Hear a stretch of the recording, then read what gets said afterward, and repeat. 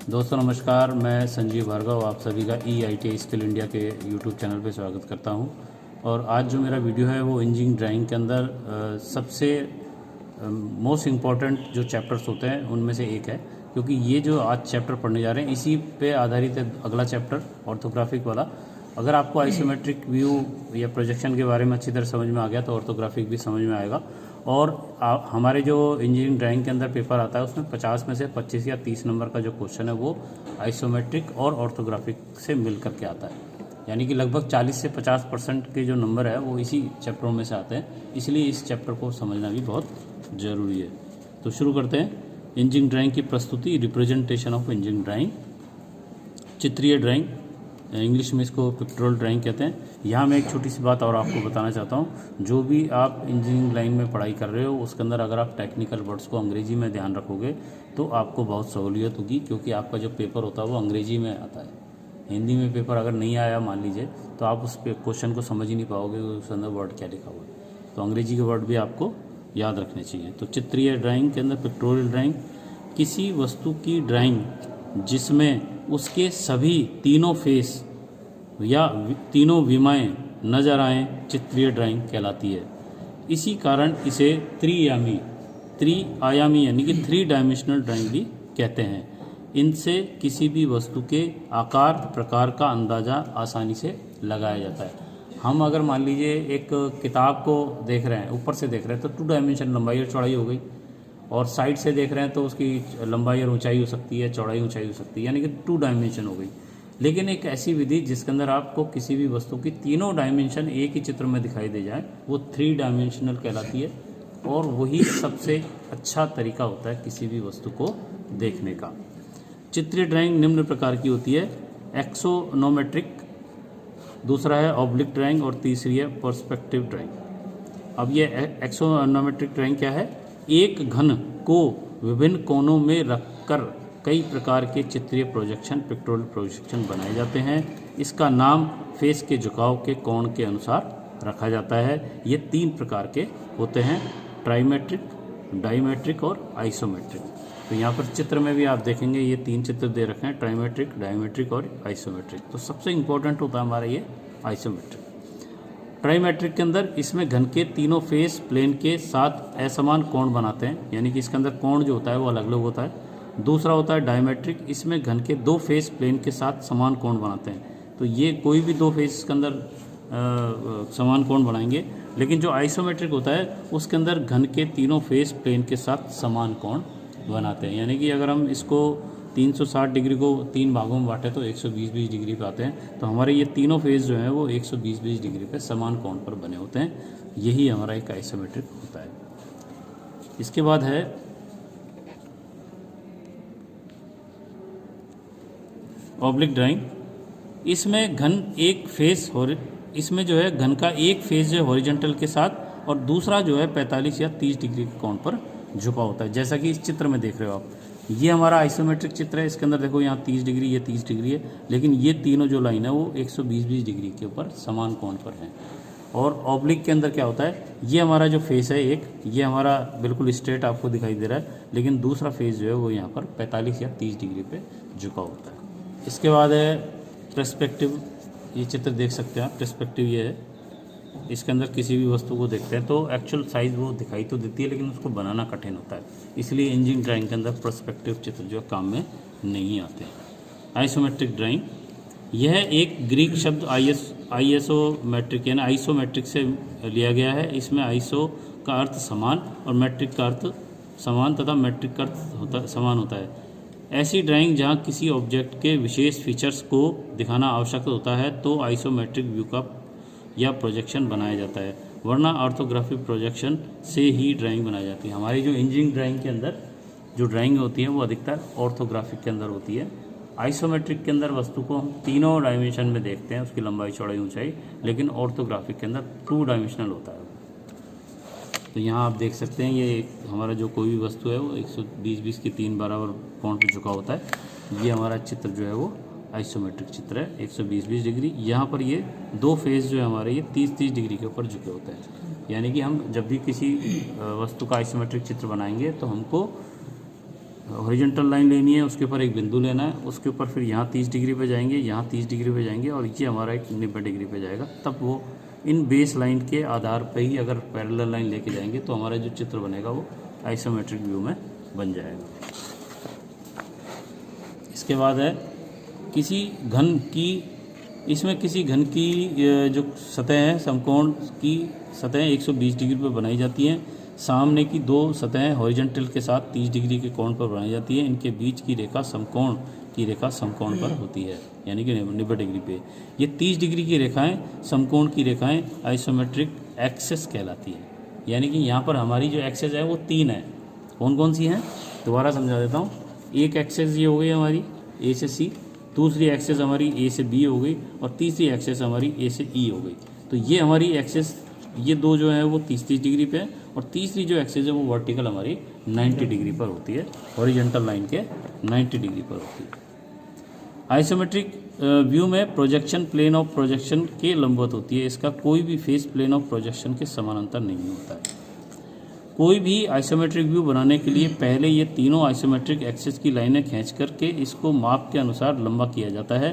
अब समानांतर लाइन खींचकर घन या घनाभ बनाया जाता है। अब इसे ड्राइंग के अनुसार आइसोमेट्रिक व्यू भी बना लिया जाता है। अब इसके अंदर आइसोमेट्रिक व्यू होता है, उसको 2 भागों में बांटा जाता है। क्या? आइसोमेट्रिक व्यू में लाइनों को 2 वर्गों में बांटा जाता है। कौन कौन सी लाइन है? एक तो होती है आइसोमेट्रिक लाइन है और दूसरी होती है नॉन आइसोमेट्रिक लाइन है। तो ये मैं आपको बताऊंगा कि क्या आइसोमेट्रिक लाइन कौन सी होती है।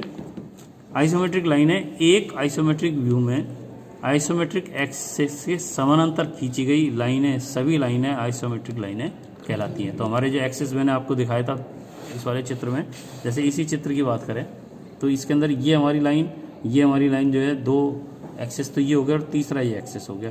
तो इस लाइन के समानांतर, इस लाइन के समानांतर और इसके समानांतर जो भी लाइन खींची जाएंगी वो आइसोमेट्रिक लाइनें कहलाएंगी। अगली है नॉन आइसोमेट्रिक लाइन।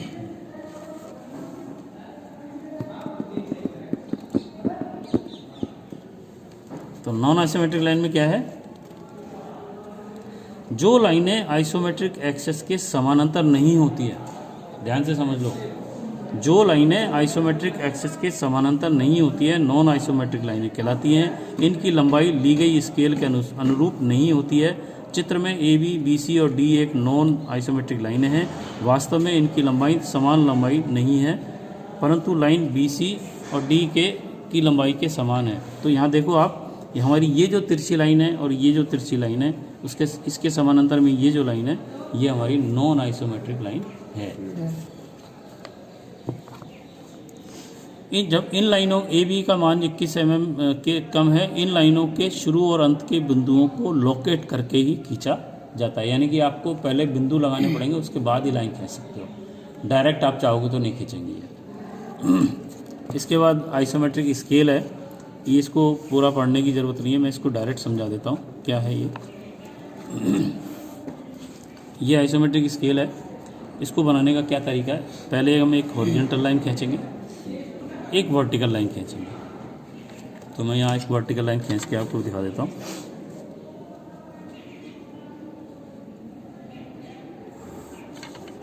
तो ये एक हॉरिजॉन्टल लाइन हो गई, ये एक वर्टिकल लाइन हो गई। उसके बाद ये लाइन जो हमारी है वो 45 डिग्री के ऊपर है। कितने डिग्री पे? 45 डिग्री। ये वाली लाइन हम खींचेंगे 30 डिग्री के ऊपर। कितने डिग्री पे?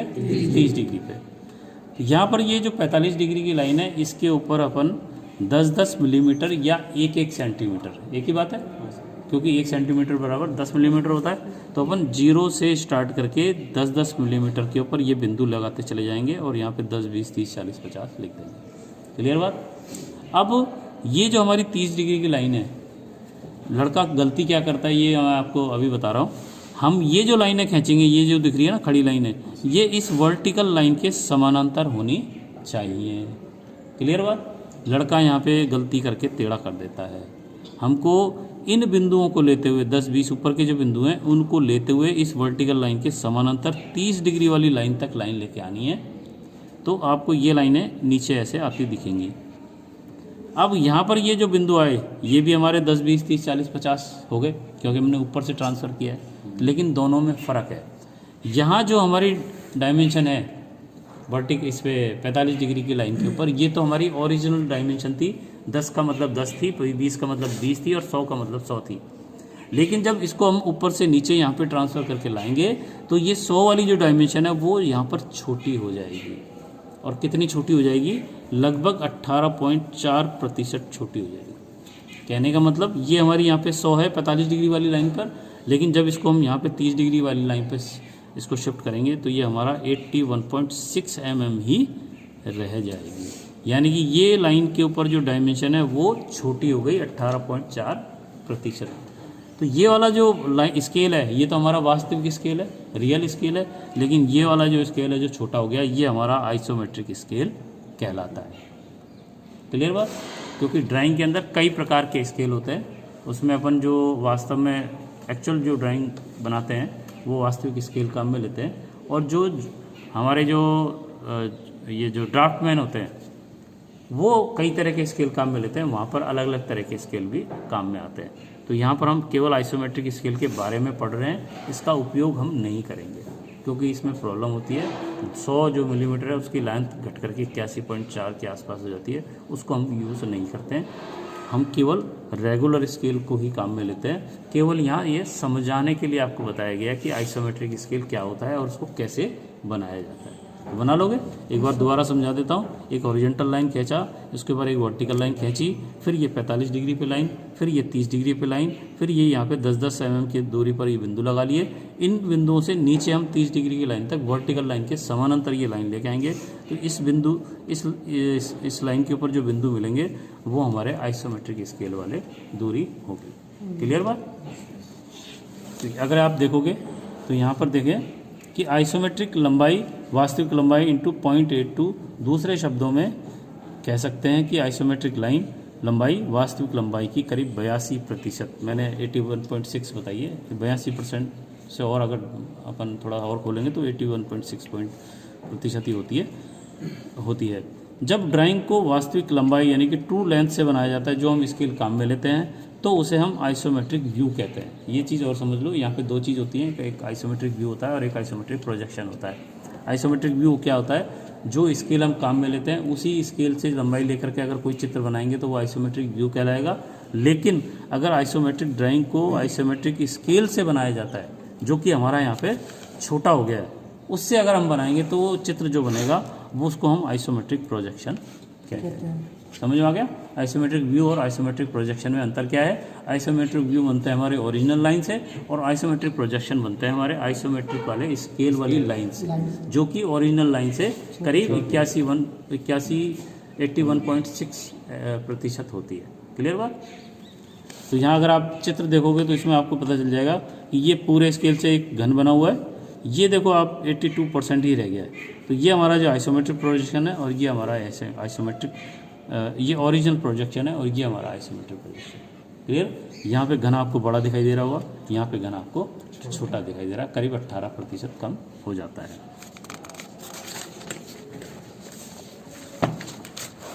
इसके बाद है आइसोमेट्रिक व्यू बनाने की विधि। तो method of drawing isometric view, पहला है बॉक्स विधि और दूसरा है ऑफसेट विधि। दो विधि से हम आइसोमेट्रिक व्यू बनाते हैं। तो पहला हम समझ लेते हैं इसमें बॉक्स विधि क्या है। इस विधि में ऑब्जेक्ट को एक आयताकार बॉक्स में रखा जाता है या बनाया जाता है। इसमें ऑब्जेक्ट की शुरुआती और आखिरी पॉइंट को लोकेट करके मिला दिया जाता है। इसके मिलाने से ही व्यू पूरा बनता है, यानी कि जो पॉइंट्स होते हैं उनको लोकेट किया जाता है, लगाया जाता है, उसके बाद लाइन खींची जाती है। एक पिरामिड का आइसोमेट्रिक बनाने की विधि जो है यहाँ पे दिखाई गई है। तो आगे के जो वीडियोस आएंगे उसमें मैं आपको ये चीज़ें बना के दिखाऊंगा कि किस तरह से हम किसी पिरामिड का, प्रिज्म का, आयत का, वर्ग का, वृत्त का आइसोमेट्रिक व्यू किस तरह से बनाया जाता है। तो यहाँ पर आप देख रहे हैं बहुत सारे चित्र लोकेट करके बनाए हुए हैं। ये दूसरा होता है ऑफसेट मेथड। यह विभिन्न कोणों पर कई प्लेन वाले ऑब्जेक्ट के आइसोमेट्रिक व्यू इस विधि से ही बनाए जाते हैं। तो इसमें जो थ्योरी का जो पार्ट है वो तो इतना ही है। मैं अब आपको प्रैक्टिकली यहाँ बना के दिखाता हूँ शीट में कि मान लीजिए एक मैं आयत का और यहाँ एक समबाहु त्रिभुज का आपको आइसोमेट्रिक व्यू बना के दिखाऊंगा कि किस तरह से बनाया जाता है। तो पहले हम बना रहे हैं आयत का आइसोमेट्रिक व्यू। उससे पहले मैं आपको यहाँ पर आइसोमेट्रिक स्केल भी बना के दिखा देता हूँ। आइसोमेट्रिक स्केल, इसके लिए क्या करेंगे, हम एक लाइन खींचेंगे। लाइन खींचने का तरीका मैंने जो सबसे पहले जो वीडियोस डाले हुए हैं उसको देखोगे तो उससे आपको आइडिया हो जाएगा। पहले अपन जो शीट की किनारी है उससे हम समानांतर ये लाइन खींचेंगे। शुरुआत में अपन हल्की लाइन खींचते हैं, ये मैंने सभी स्टूडेंट्स को बता रखा है। उसके बाद एक बिंदु लेते हैं, बिंदु के ऊपर हम 90 डिग्री का कोण बनाएंगे। तो यहाँ हम पहले हमने एक लाइन खींच ली, उसके ऊपर ये बिंदु ले लिया और बिंदु के ऊपर हम यहाँ पर 3 बिंदु लगाएंगे, एक 30 डिग्री पे, एक 45 डिग्री पे और एक 90 डिग्री पे। तो आपको वैसे तो चांदा काम में लेना आता होगा। हमने जो नीचे बिंदु था उसी के अंदर ये जो डी है उसके बिंदु को रख दिया और ये जो जीरो है इसमें से उस लाइन को गुजार दिया और इधर भी जो लाइन होगी तो वो इस जीरो में से गुजरनी चाहिए, तब आपका कौन सही आएगा। तो यहाँ मैंने डी लगाया। इसके बाद मैंने सावधानीपूर्वक ये 30, उसके बाद ये 45 और उसके बाद ये 90 डिग्री के ऊपर 3 बिंदु लगा दिए। बिंदु लगाते समय मैं पहले भी बता चुका हूँ, एक हल्का सा गड्ढा बनना चाहिए। उसका फ़ायदा ये है कि जब भी आप लाइन खींचे तो वो हमारी पेंसिल उस गड्ढे में से ही गुजरनी चाहिए। तो ये देखो, ये गड्ढे में से गुजरी, ये लाइन आ गई।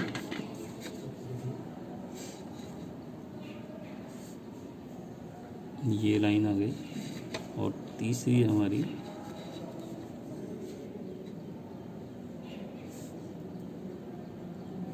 ये लाइन आ गई।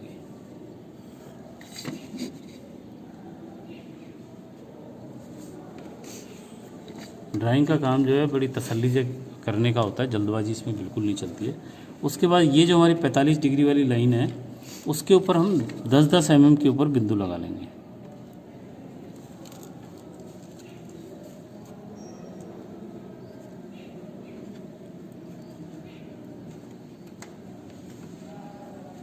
आपकी जो आंखें हैं वो स्केल के ठीक ऊपर होनी चाहिए। तो ये मैंने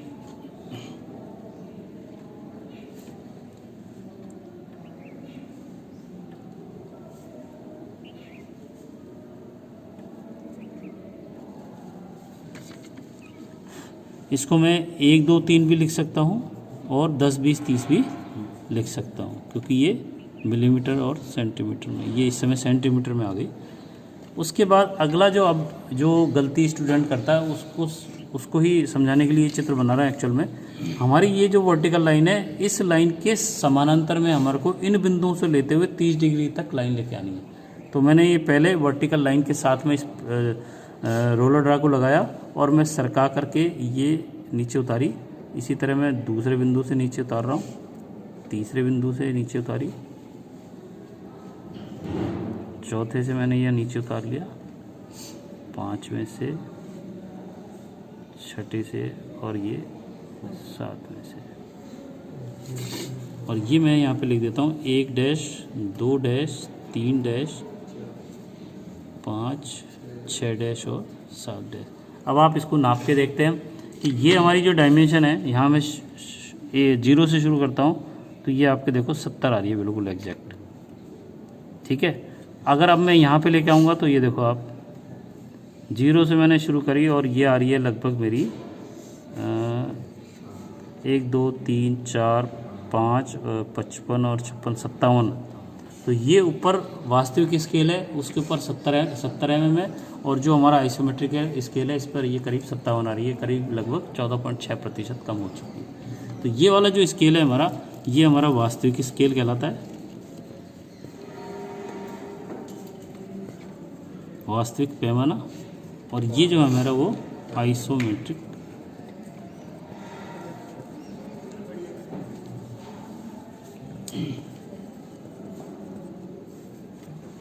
क्लियर, समझ में आई बात दोनों? तो ये आपको एक चित्र बनाना है। इसके बाद मैं यहाँ पर पहले आयत का एक आइसोमेट्रिक बना के दिखाता हूँ, वो आपको कैसे बनाना है। मैंने ये लंबी लाइन खींची, उसके ऊपर एक बिंदु लिया, पहले हम आयत बनाएंगे। आयत बनाने के लिए आपको पता है कि मैं यहाँ 40 बाई 30 का आयत बना रहा हूँ, तो पहली लाइन मैं यहाँ पे 40 की ले लेता हूँ, 10, 20, 30 और ये 40। और जैसे ही मैं 40 लूँगा, जहाँ भी बिंदु लगाऊंगा वो हल्का सा गड्ढा कर दूँगा और इसका मैं नाम रख देता हूँ यहाँ पे ए और बी। इस ए और बी के ऊपर मैं 90 डिग्री के ऊपर कोण ले जाऊँगा।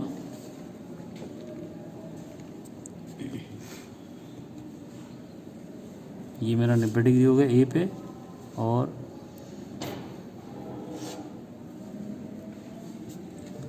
ये मेरा बी के ऊपर 90 डिग्री की ये बिंदु है। मैं इस ए बिंदु पे जो 90 डिग्री के लिए बिंदु लगाया उस पर हल्की सी लाइन खींचता हूँ, बी के ऊपर एक लाइन खींचता हूँ,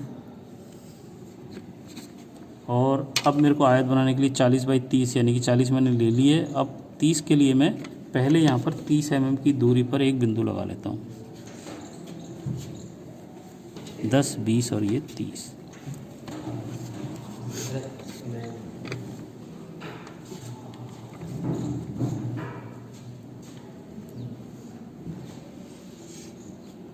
ये मैंने समानांतर रेखा इस ए बी लाइन के समानांतर में ये लाइन खींच दी।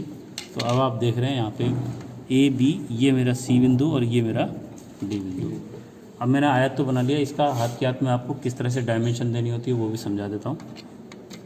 आपको क्या करना है, जैसे ही चित्र बनाओ तो इस लाइन को थोड़ा सा आगे खींच दो ऐसे, और इस लाइन को भी थोड़ा आगे खींच दो। इसके बाद इस लाइन के, ये जो हमारी 40 वाली लाइन है,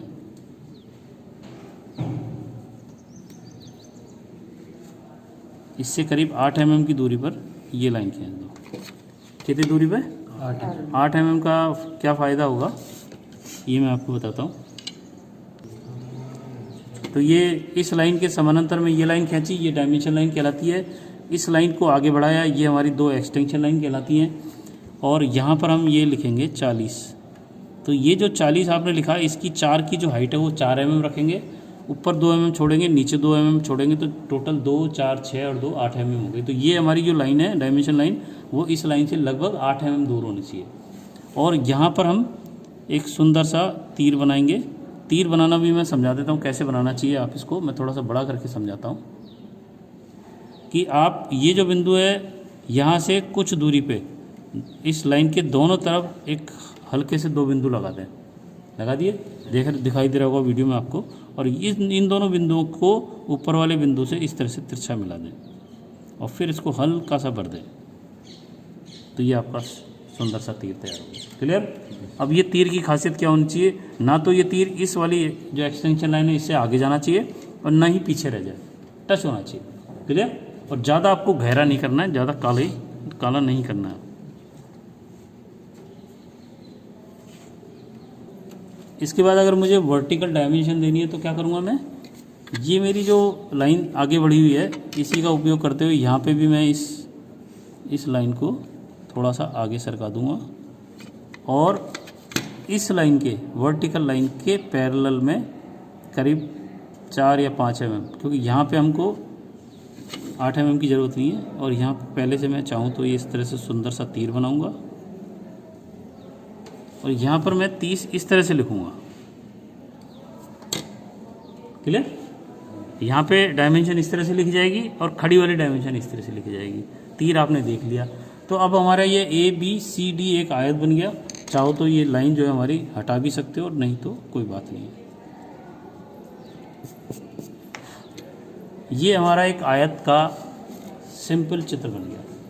अब इसको जब हम आइसोमेट्रिक में कन्वर्ट करेंगे तो वहाँ पर आइसोमेट्रिक के अंदर इसके 3 व्यू बनेंगे। कितने बनेंगे? 3। पहला होगा स्ट्रेट यानी कि सामने से देखने वाला, दूसरा होगा सीधे हाथ की तरफ से देखने वाला और तीसरा होगा उल्टे हाथ की तरफ से देखने वाला। क्लियर? उसको बनाने का क्या तरीका है देखो। मैं यहाँ एक बिंदु लूँगा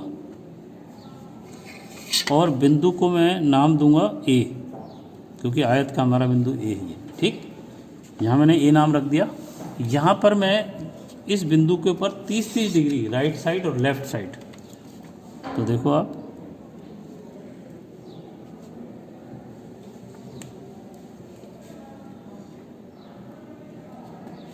ये मैंने यहाँ 30 डिग्री लगाई और इधर मैं यहाँ पे 30 डिग्री का बिंदु लगा दूँगा। इस दोनों 30-30 डिग्री वाले जो बिंदु हैं इनको मैं इस तरह से इस बिंदु से मिलाते हुए इधर ले लूँगा और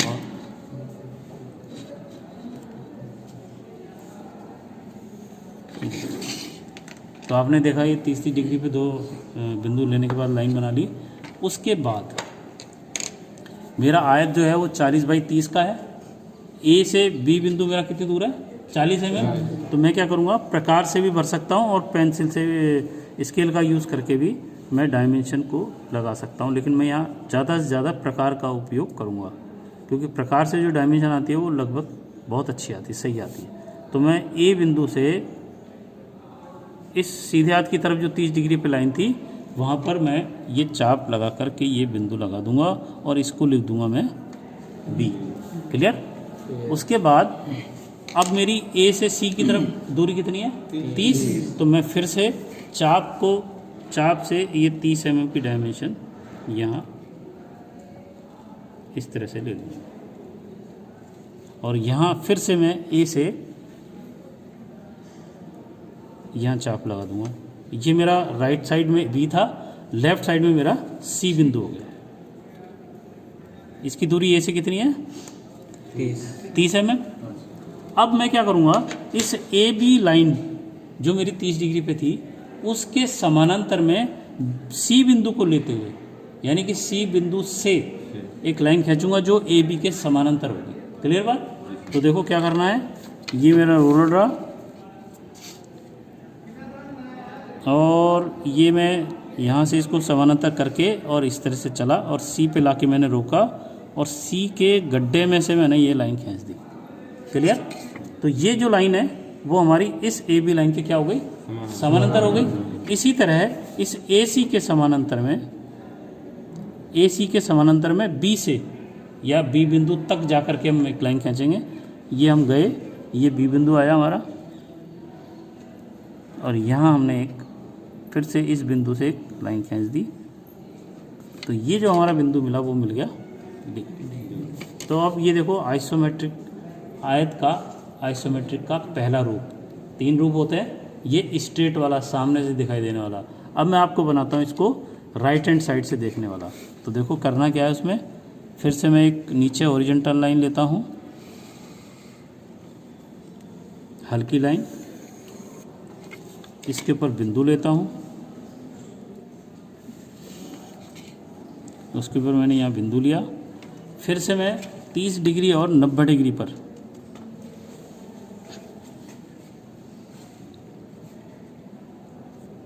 ये मेरा 30 डिग्री और ये मेरे 90 डिग्री। ठीक है। इन दोनों जो मैंने डिग्री के लिए बिंदु लगाए हैं उससे मेरा बिंदु जो ए था उससे ये मेरे दो लाइनें इस तरह से आ रही हैं।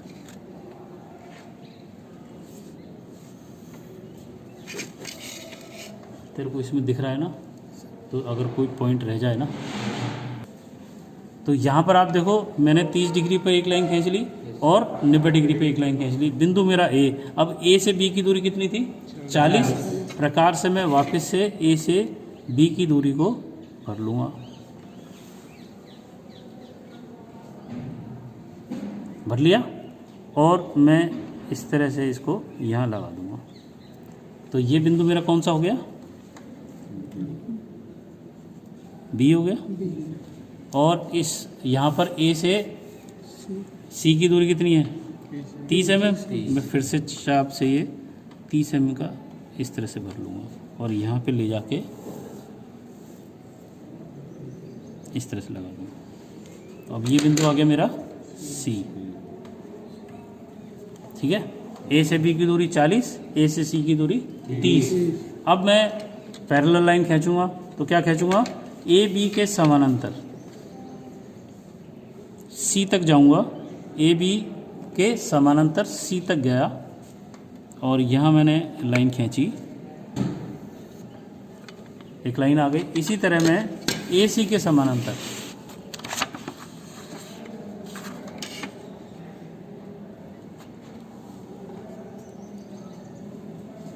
AC के समानांतर B तक जाऊंगा।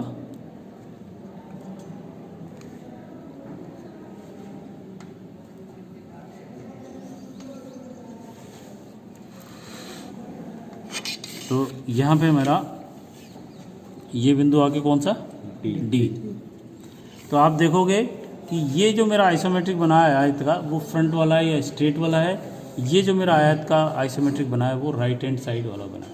क्लियर। अब मैं इसके अंदर लेफ्ट हैंड साइड वाला बनाऊंगा तो क्या करूँगा, मेरे पास ये वर्टिकल लाइन तो ही, मैं इधर की तरफ जो है फिर से 30 डिग्री के ऊपर लाइन ले लूँगा। अलग भी बना सकते हैं, लेकिन अपन स्पेस को बचाते हुए अपन यहीं पे बना देता हूँ मैं, या अलग ही बना देता हूँ जिससे कि आपको और अच्छी तरह से समझ में आ जाए। तो ये मैंने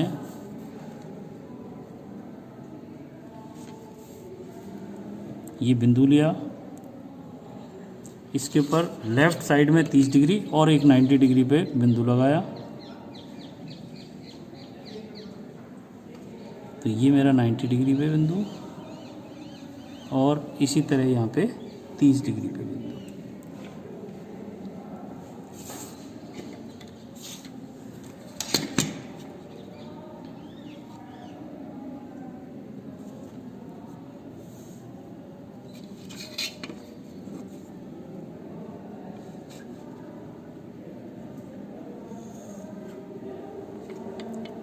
दो मेरे लाइनें आ गई। ये मेरा फिर से ए बिंदु है। यहाँ से मैं जो मेरी बी की दूरी है ये कितनी है, 40। तो मैं फिर से ये 40 लूँगा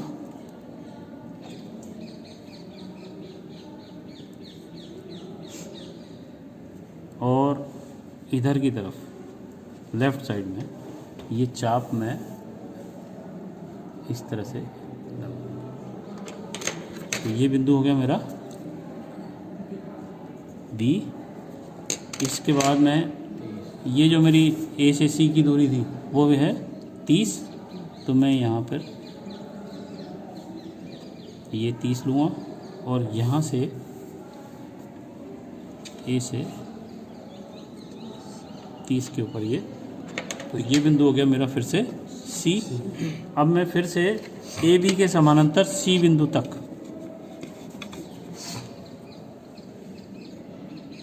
ए बी के समानांतर सी बिंदु तक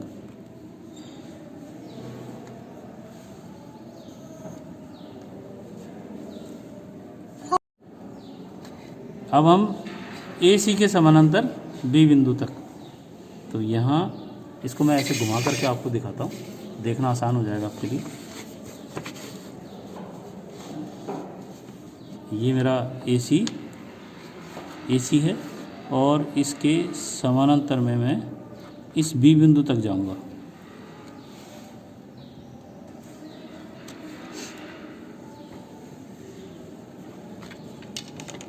ठीक है, तो ये हमारा बिंदु आ गया डी। इसको मैं अब ऐसे दिखाता हूँ आपको, ये बिंदु आ गया हमारा डी। तो आप देख रहे हैं ये हमारा आयत था, इसके बाद आयत का आइसोमेट्रिक बना स्ट्रेट वाला, उसके बाद आयत का जो आइसोमेट्रिक बना वो राइट हैंड साइड वाला, उसके बाद एक आइसोमेट्रिक बना जो हमारा लेफ्ट साइड। तो किस तरह से बनाया समझ में आ गया। अब इसमें खासियत क्या होती है कि आयत के अंदर हमारी ये जो लाइन है और ये जो लाइन है ये या तो हॉरिजॉन्टल है या वर्टिकल है, ये हमारी आइसोमेट्रिक लाइन कहलाती है। इसका जब आइसोमेट्रिक व्यू बनाएंगे तो क्या होगा कि ओरिजिनल जो 40 की लेंथ है वो 40 ही रह जाएगी और 30 वाली है वो 30 ही रह जाएगी तीनों चित्रों के अंदर। ठीक है, अब मैं अगला जो चित्र बना रहा हूँ वो बना रहा हूँ त्रिभुज का। आपको उसमें समझ में आएगा कि किस तरह से एक नॉन आइसोमेट्रिक लाइन होने की वजह से क्या फ़र्क पड़ता है। तो मैं अब एक आपको समबाहु त्रिभुज का एक आइसोमेट्रिक चित्र बना के दिखाता हूँ। उससे पहले मैं समबाहु त्रिभुज बनाता हूँ।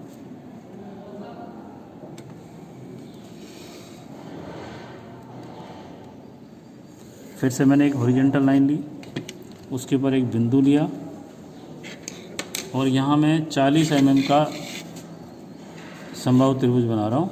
तो 40 mm का चाप मैं यहाँ से ले लूँगा।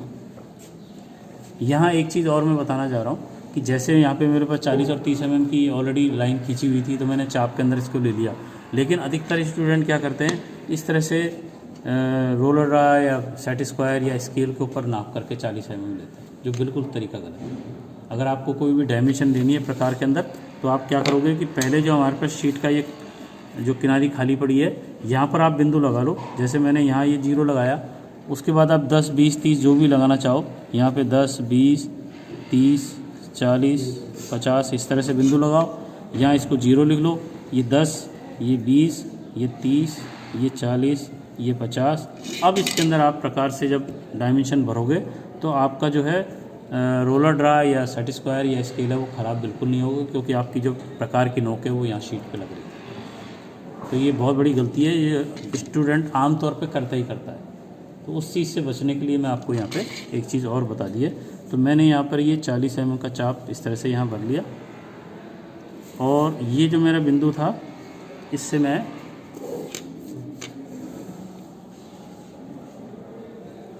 यहाँ एक चाप लगा दिया और यहाँ एक चाप खींच दिया। तो ये मेरा बिंदु ए हो गया, ये बिंदु मेरा बी हो गया, और इस बी से ही मैं वापस से इसी चाप को यहाँ खींच देता हूँ। तो ये बिंदु हमारा सी हो गया। ए, बी और सी इनको आपस में मिला देता हूँ, तो यहाँ ये बन गया हमारा समबाहु त्रिभुज।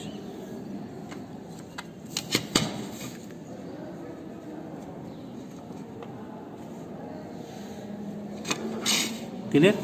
तो यहाँ पर ये मेरा समबाहु त्रिभुज बन गया ए बी सी, जिसकी तीनों भुजाएं 40-40 समान है, इसीलिए इसको समबाहु त्रिभुज कहते हैं।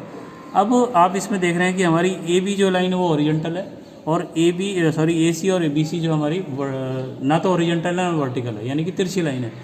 तो ये जो हॉरिजॉन्टल लाइन होती है इसको जब हम आइसोमेट्रिक व्यू में बनाने जाएंगे तो इसकी लंबाई तो 40 रह जाएगी, लेकिन इन दोनों की लाइन यहाँ पर 40 होने के बावजूद जब इसका आइसोमेट्रिक बनेगा समबाहु त्रिभुज का, उसके अंदर ये दोनों लाइनों की लंबाई या तो छोटी हो जाएगी 40 से, या 40 से बड़ी भी हो सकती है। इसलिए इसको नॉन आइसोमेट्रिक लाइन कहते हैं। यानी कि जो लाइन हमारी हॉरिजॉन्टल या वर्टिकल लाइन नहीं है उसका जब भी हम आइसोमेट्रिक व्यू बनाएंगे वो छोटी और बड़ी हो जाएगी, इसीलिए उसको नॉन आइसोमेट्रिक लाइन कहते हैं। और ये मैं जब चित्र बनाऊंगा तो उसके अंदर आपको आइडिया भी हो जाएगा। तो इसको बनाने की एक बात और होती है इसके अंदर, क्या कि इस तरह के चित्र जिसके अंदर की तिरछे लाइनें भी होती हैं उनके डायरेक्ट आइसोमेट्रिक चित्र नहीं बनाए जा सकते हैं, जैसा कि आयत और वर्ग में होता है। ठीक है, क्योंकि आयत और वर्ग में दो ही लाइन होती है, एक या तो ओरिजेंटल होगी एक या वर्टिकल होगी। यहाँ पर एक तिरछी लाइन होने की वजह से इसको या इस तरह के चित्रों को जिसके अंदर तिरछी लाइनें भी आती हैं उनको पहले बॉक्स में बंद किया जाता है, उसके बाद पहले बॉक्स का आइसोमेट्रिक बनेगा और फिर हमारा त्रिभुज का चित्र बनेगा। क्लियर बात? तो पहले हम इसको बॉक्स में बंद करने के लिए क्या करेंगे, ये हमारी जो ओरिजेंटल लाइन है इसके समानांतर में इस बिंदु को लेते हुए, इसके समानांतर में सी बिंदु को लेते हुए एक समानांतर लाइन खींचेंगे। तो ये देखो मैं यहाँ बना रहा हूँ, ये हमारी एक हॉरिजॉन्टल समानांतर लाइन आ गई ए बी के समानांतर। अब यहाँ बिंदु ए से 90 डिग्री पर एक लाइन खींचेंगे, ए और बी से 90 डिग्री पे लाइन खींचेंगे। तो यहाँ मैंने 90 डिग्री लाइन लगाया और बिंदु बी को लेते हुए भी मैं 90 डिग्री की लाइन बनाने के लिए बिंदु लगा लेता हूँ।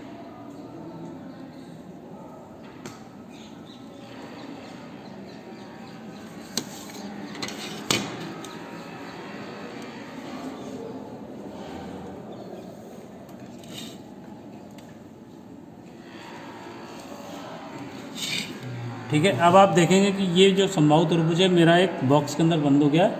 ए बी सी मैंने नाम पहले से रख रखे थे, तो दो बिंदु और हमारे मिले उसको मैं नाम रख देता हूँ डी और ई।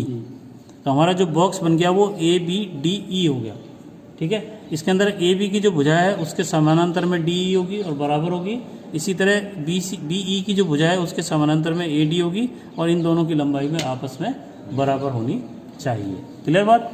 अब जब हम इसको समबाहु त्रिभुज का आइसोमेट्रिक बनाने जाएंगे तो पहले यहाँ पर इस बॉक्स का आइसोमेट्रिक बनेगा जैसा कि हम आयत का बनाते हैं। मैंने बिंदु ए लिया, इस बिंदु ए के ऊपर 30 डिग्री के ऊपर दोनों साइड बिंदु ले लिए, राइट में भी और लेफ्ट में।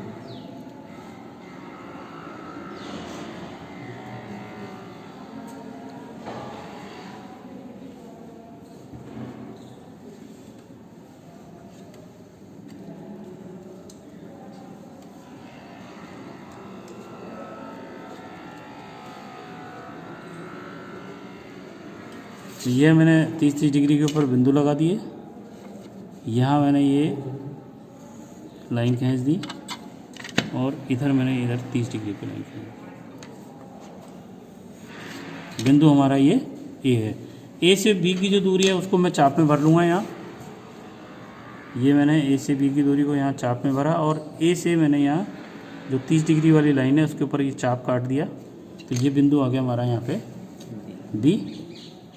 इसके बाद यहाँ पर ए से डी की जो दूरी है उसको मैं चाप में भरूँगा। यहाँ जहाँ तक हो सके चाप से ही काम करें, प्रकार से स्केल से करेंगे तो वहाँ आधा mm की गलती हो जाती है, पता भी नहीं चलता है। तो ये डी आ गया, यहाँ ए से रखा, ये डी काट दिया, तो ये बिंदु आ गया हमारा डी। और यहाँ पे मैंने थोड़ा सा गड्ढा कर दिया जिससे कि मैं अगली लाइन खींचूंगा तो मेरे को हेल्प मिलेगी। अब मैं क्या करूँगा, ए बी भुजा के समानांतर डी बिंदु तक जाऊँगा। तो ये मेरी ए बी भुजा और मैं अब चल के ये मेरी डी बी।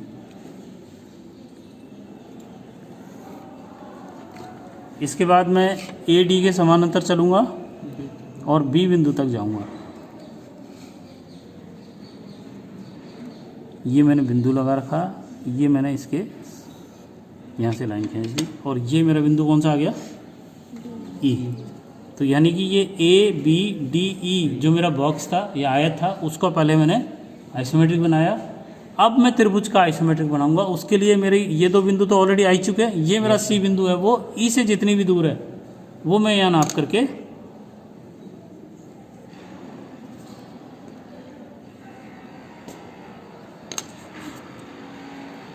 ये मैं ई से सी की जो डिस्टेंस है उसको मैं यहाँ प्रकार में ले लूँगा और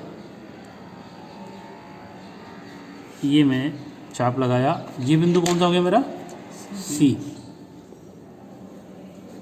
अब इस सी को मैं क्या करूँगा, सी मेरा ए से मिल रहा है और सी मेरा बी से मिल रहा है, तो मैं यहाँ पे भी सी को ए से मिला दूंगा और सी को बी से मिला दूंगा। तो देखो आप,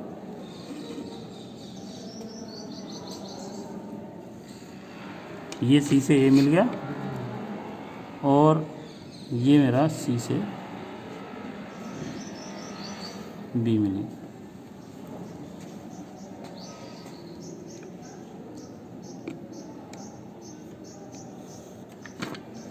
थोड़ी सी गड़बड़ हो चुकी है यहाँ, छोटी सी मामूली सी गड़बड़। अब आप देख रहे हैं कि ये ए बी सी का आइसोमेट्रिक बन गया, लेकिन यहाँ मेरी समबाहु त्रिभुज होने की वजह से ये तीनों लाइनें बराबर थी। अब आप यहाँ अगर वैसे भी चेक करें या नाप कर चेक करेंगे तो ये लाइन मेरी छोटी है और ये लाइन मेरी बड़ी है। नाप करके देखते हैं हम कितनी है। देखो ये डिस्टेंस आ रही है मेरी करीब 13, मतलब 30 mm थी वहाँ पे 40 ओरिजिनल उसके अंदर, यहाँ आ रही है 30 और इसको जब मैं नाप रहा हूँ तो ये मेरी आ रही है 10 20 30 40 45 46 47 और करीब करीब पौने 48, साढ़े 47 है। यहाँ पे 40, यहाँ पर एक 30 हो गई और यहाँ एक 47 हो गई। तो मैं वही चीज़ समझाना चाह रहा था कि जो नॉर्मल चित्र के अंदर जिसके अंदर भी तिरछी लाइन होंगी उनको जब हम आइसोमेट्रिक में बदलेंगे तो उनकी लंबाई हमारी लंबाई जो है उसके अंदर या तो छोटी हो जाएगी या बड़ी हो जाएगी। इसलिए ये दो लाइन तो हमारी नॉन आइसोमेट्रिक लाइन कहलाएगी और ये लाइन हमारी आइसोमेट्रिक कहलाएगी। क्लियर, समझ में आ गई बात? तो आपको यहाँ समझ में आ गया होगा कि किस तरह से हम आइसोमेट्रिक चित्र बनाते हैं। इसके दो रूप और बनेंगे, एक राइट हैंड वाला और एक लेफ्ट हैंड वाला। तो वीडियो मेरा ऑलरेडी काफ़ी बड़ा हो चुका है, फिर भी मैं यहाँ बनाने की कोशिश करता हूँ। तो उसके लिए मैंने लाइन ली, यहाँ पर एक बिंदु लिया, इसके ऊपर 30 90 और 30 एक ही चित्र में मैं आपको दोनों साइड बना के दिखाऊंगा। ये 30 डिग्री, ये 90 डिग्री और ये लेफ़्ट साइड में 30 डिग्री।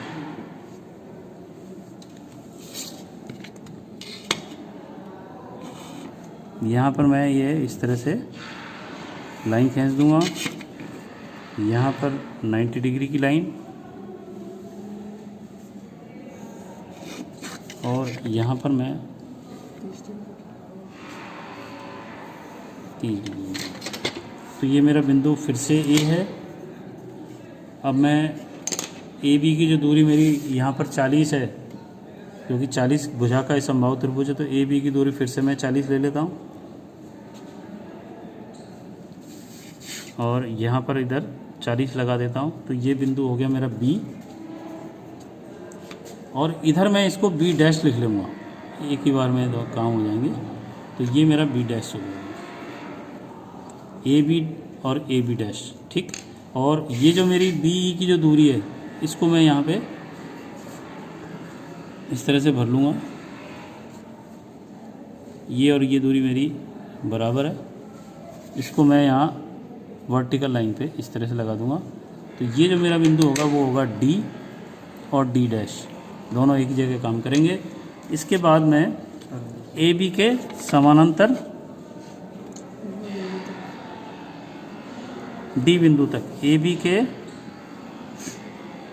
समानांतर डी बिंदु तक ये पैरेलल लाइन खींचूंगा। इसी तरह इधर ए बी के समानांतर, ए बी डैश के समानांतर ये डी तक ये एक लाइन खींचूंगा। इसके बाद मैं ये जो मैंने ड्राइंग शीट घुमा ली है, इस ए डी के समानांतर में कहाँ तक जाऊंगा, बी बिंदु तक।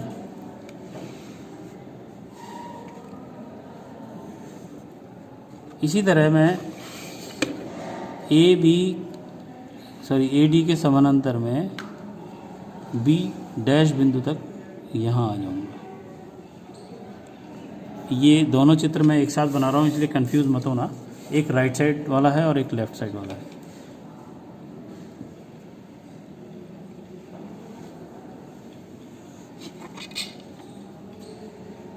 तो ये बिंदु इधर कहलाएगा ई, और इधर कहलाएगा ई डैश। क्लियर। अब मेरे को त्रिभुज का बनाना है, तो ये जो मेरा सी बिंदु है वो इस ई से जितनी भी दूर पे है उसको मैं प्रकार से भर लूँगा।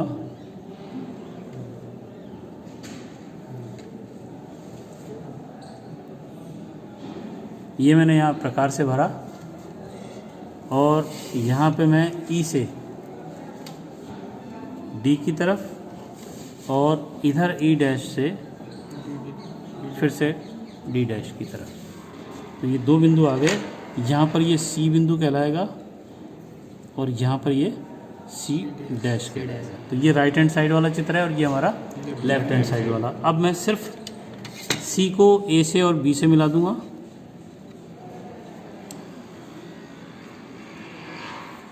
ये मैंने इधर मिलाया और इधर बी सी को मिलाया। इसके बाद मैं इस ए बिंदु से सी डैश को मिला दूंगा,